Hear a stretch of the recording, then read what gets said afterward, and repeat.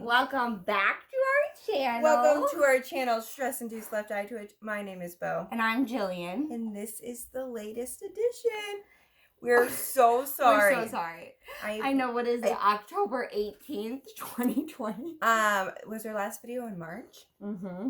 But when quarantine and pandemic was at just the height started, of life. So my daughter's here. This is Shaylyn, Charly, Kaye, Nelson. We're very sorry. We made a lot of you worry. This is her. Can you see her? If any of you know my other daughter, Avaya, she looks very similar in my opinion to her. But I get conflicting. What do you think? I don't think she does, but people say she does. So we are just here to basically introduce her, show you that we are okay. Apologize for being we gone are for alive so long. We're so grateful to everyone who's checked in and been like, is Bo okay? Is the baby okay? It's so sweet. It was really bad of us not It to. really was. I would have been freaked out if I was somebody else. Even like though you guys don't know us, like that's rude of us to not to give the last. And they do know us. A lot of them know us. But the last video to be like, look, I'm expecting a girl, and then not give any more updates. 2020 has been a year for everyone, and I don't think it was like, I don't think we were like. Okay, but in my defense, like we still see each other all the time. There it's was like some scary stuff that did go on with her. Her birth. If you watched my other daughter's birth, it was traumatic. This one was a little traumatic as well. But she's here. We're good. We're fine. I feel like it keeps focusing on us. We're using my phone right now because we just were like, let's quickly film it. So just ignore it focusing in on us. We'll try to stay really still. So birth story. Yeah. I had a great pregnancy with her. Like, I felt great. It was very different than if I was not on bed rest. My what is it called? Is that? That's bad. My blood pressure started to creep up a little towards the end, but no like protein and stuff like that. It was all fine. No preeclampsia. No preeclampsia. So I made it to 39 weeks and 4 days when my blood pressure did start to spike. And they said with preeclampsia, you're not guaranteed to get it the second time around or third time around or fourth time around. But if you do get it, it goes faster. Like it's a faster thing. So they decided to induce, which I was not a big fan of because it was 36 hours with Vaya.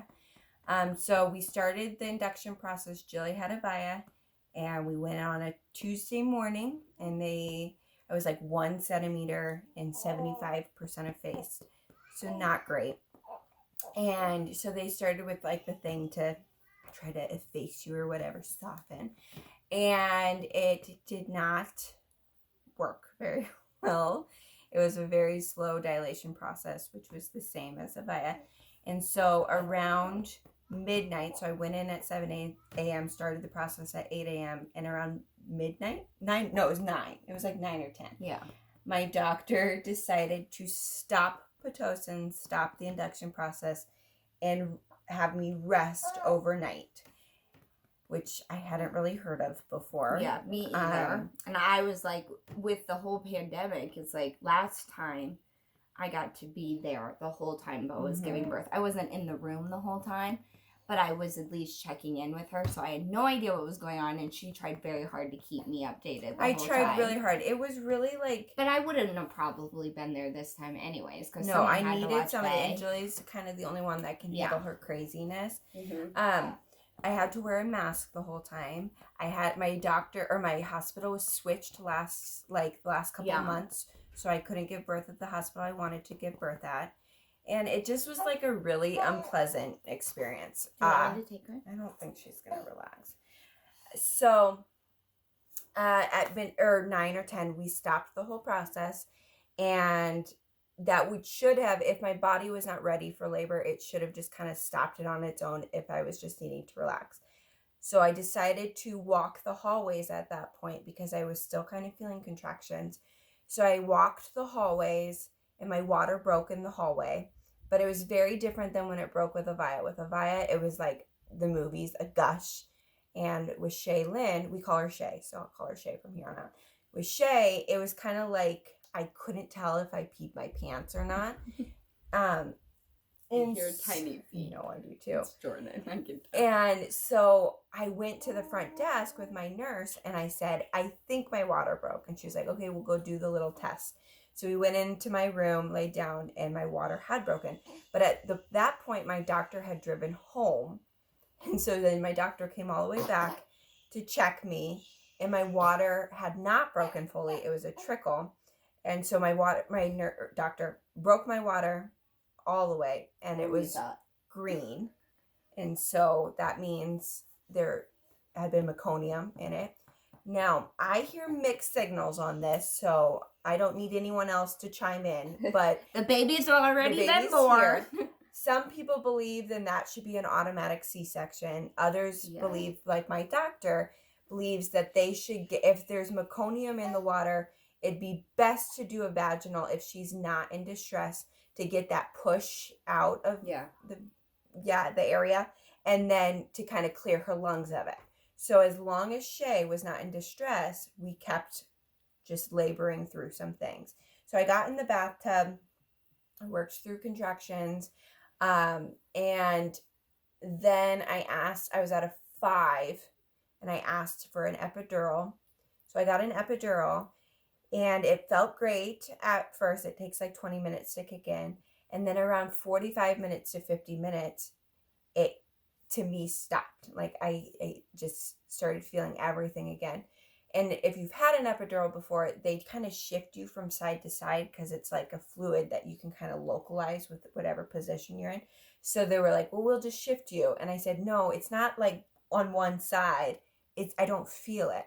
So the anesthesiologist was kind of like, okay, I'll check it. And he checked it and the needle had slipped.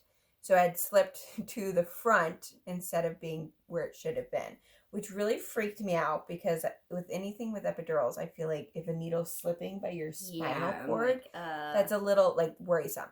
So they placed another one, and it worked for probably 45 minutes to an hour and 15 minutes and stopped. And my anesthesiologist came back in, and I felt like he kind of was just like, you're being a wimp. Yeah. And I wasn't being a wimp. And so at this point, I had progressed to an 8. And so I labored all through the night. This was probably around 4 a.m. And I was at an 8. And my epidural was not working. So they took it out and they prescribed a custom epidural. They say 99% of epidurals work for everybody the first time. And they can do a custom one. So they said they have to run it through the pharmacist, and it would be a little bit. I thought that'd be like an hour tops. And it was 2.5 hours later before they came in. And I, no joke, guys, was like screaming in pain. I was asking them to give me anything. I was like, I did not sign up to do this natural. I did not sign up. Like, I'm somebody who has a high pain tolerance, but I want all the drugs. Like, I'm not going to just sit there. I don't think you have, like, a huge pain tolerance. I think I do. I think maybe not. Like, I think you're tough. I think there's a difference between being tough. Like, you'll fight through any pain, but I don't think it's like you don't feel the pain. No, I feel pain. I can mentally be like, I'll work through it. But I always just didn't think that was like a high pain tolerance. I just think that's your. I don't want like every birth plan everybody has told you to write, like with Avaya, it was literally give me drugs as soon as I can have drugs. Shay, it was get her here healthy, whatever way, but give me drugs. Mm-hmm. And they had given me fentanyl when I was like around 5 centimeters and it wasn't working. But when they get further along, they don't want to give you fentanyl because it goes to the baby. So they don't want you to be like getting the baby drowsy or whatever. So by the time the custom one came, I was at a 9. And so they gave me the custom one. And I feel like it worked, but it worked to my advantage where I could still feel everything, but it was like the edge was taken off of it. And so I got to a 9.5. And I had, they call it a lip on your cervix where it doesn't fully dilate. And I had the exact same thing with Avaya. Sure did. Except she pushed for an hour through it. Yeah, I pushed with Avaya for an hour before they realized. They didn't know I had it. And this one, they saw I had it right away. And so she wouldn't drop. Like, Shay wouldn't even get into position to even attempt to start pushing. And so I had to wait, and my doctor came in and said, okay, I'm going to give you 15 more minutes. But Shay started to have a little bit of deceleration in her heart rate. And I developed 103.5 fever for no apparent reason. I was shaking uncontrollably, and they said, we're going to go book an OR. Like, this has been 27 hours. We're going to take you back to a C-section. And at this point, now, maybe I'm, like, against having a C-section because I had labored 27 hours. It was just kind of defeating to, like, be like, okay, then why didn't I start with that? You know, that kind of mindset. So my doctor went to go get the OR, and she came back in 15 minutes later, and she turned me on my side, and she was going to check me one more time. So she turned me on my side, and she checked me. And Boa texted everyone. I said, everyone, I'm having a C-section. I'll let you know, whatever. So that was the last thing everybody had gotten. Oh, no. Which one? Just take your passy, ma'am. She didn't want it. So she checked me. I was on my side, and she told me to push. Like, she was like, this baby's coming.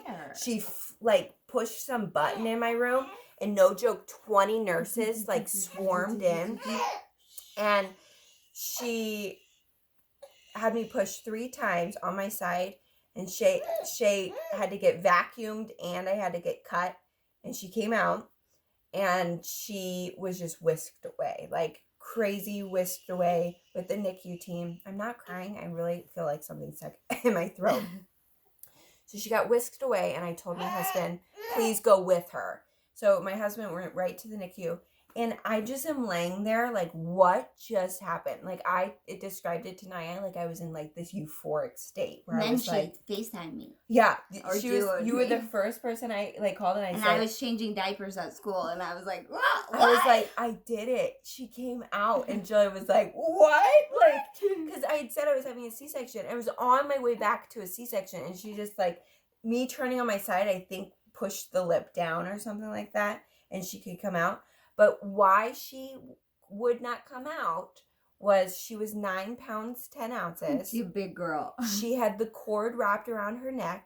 She swallowed meconium, and they had to break her collarbone to get her out. It was bad. So why my doctor was like, get her out, like cut me, vacuumed her out, everything like that, because her heart was decelerating, and it was faster. This is what my doctor says. It was faster at that point to get her out that way than getting back to the OR and getting her out. Like, because she was coming out, but she was that weird in between, which was like a bio too, you know, kind of. Julie has her own thoughts on my doctor. I won't say anything. I support my doctor. It She got him matter. But we both, like, I made eye contact. I'm just protective of you. You're very protective of me. And it was like a weirder situation. Yeah. But I feel like I kept you more informed than I did last time. Oh, yeah, you really did, yeah. So I do with Julie, and I was like, she's here. She's in the NICU. Naya's with her, but she can't. And all the nurses kept saying was, he's a big boy. Oh my gosh. And they were all like making guesses. My doctor was like, oh, it's easy, an 8.5 pound baby. One nurse was like, it's 10-pound baby. One was like, no, it's probably like just swollen 7. But they kept saying a boy. And all through Shay's pregnancy, she was like, had her legs crossed or whatever. So we couldn't quite get a great look, and we didn't do genetic testing. So she really was like 95% a girl. Also, I was diagnosed at first with vasoprevia. I didn't say that, which is her vessels. We found out pretty soon after we filmed that last video. Yeah, like, so. Right. My placenta always looked like it was low-lying, but it looked like her vessels were over my cervix. So if I started to dilate at all, she would die. She would bleed out. She would bleed out, and Bo would bleed out. Yeah. That's what vasoprevia is. That's what they told. Yeah, Google vasoprevia. Really, like, rare, of course, thing that would happen to us. Yeah. So that's what they said I had. So that would be an automatic C-section around 35 to 36 weeks. We went on a vacation when I was 33 weeks, and I asked them to do an ultrasound, and my doctor, and that's what I was diagnosed with. And my doctor was like, you haven't given your body enough time to see if everything moved out of the way. And so we just did an ultrasound for the sake of it, and all had moved, like everything.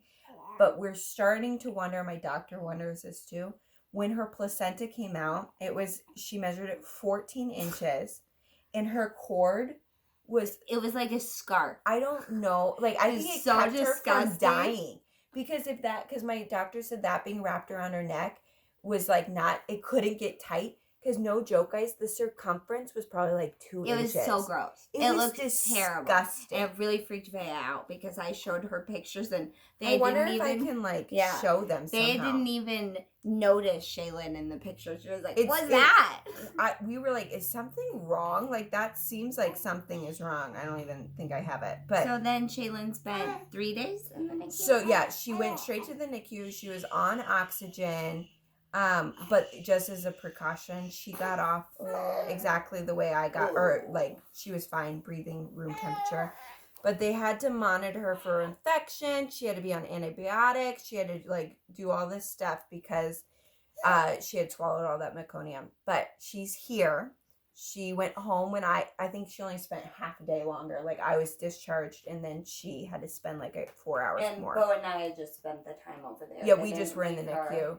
So we got to come home, show her to Avaya like the same day. I was so nervous to come home without her, without my child. Which any mom who has done NICU stay, I'm so sorry. Like, I have the easiest probably NICU stay because she was just there kind of as a precaution.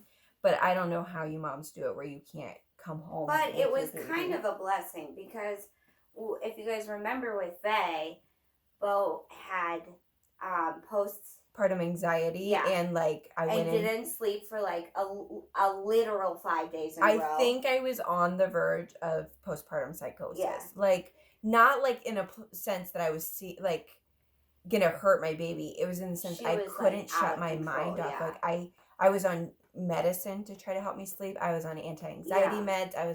They were gonna put me on antidepressants, like all this stuff to try to get my mind to shut off with Avaya. So with Shaylyn having her forced to be in the NICU, so Bo had to sleep. They couldn't be there at night with her. I think it was literally a blessing in disguise. Because not saying because she's in the NICU, because nothing was wrong with her. She was there as a precaution. She could not leave. I could only wheelchair over to her. But I had to leave. It was even more strict. I had to leave at midnight, so we would leave like every night, and then I could go see her at like 7 in the morning. So I got sleep. And so this postpartum experience has been night and way day. better. Like, Jill even noticed, like, I'm a lot more calm. Maybe it's because it's my second, but I just went crazy with Maya. Yeah. But that's what her story is. And?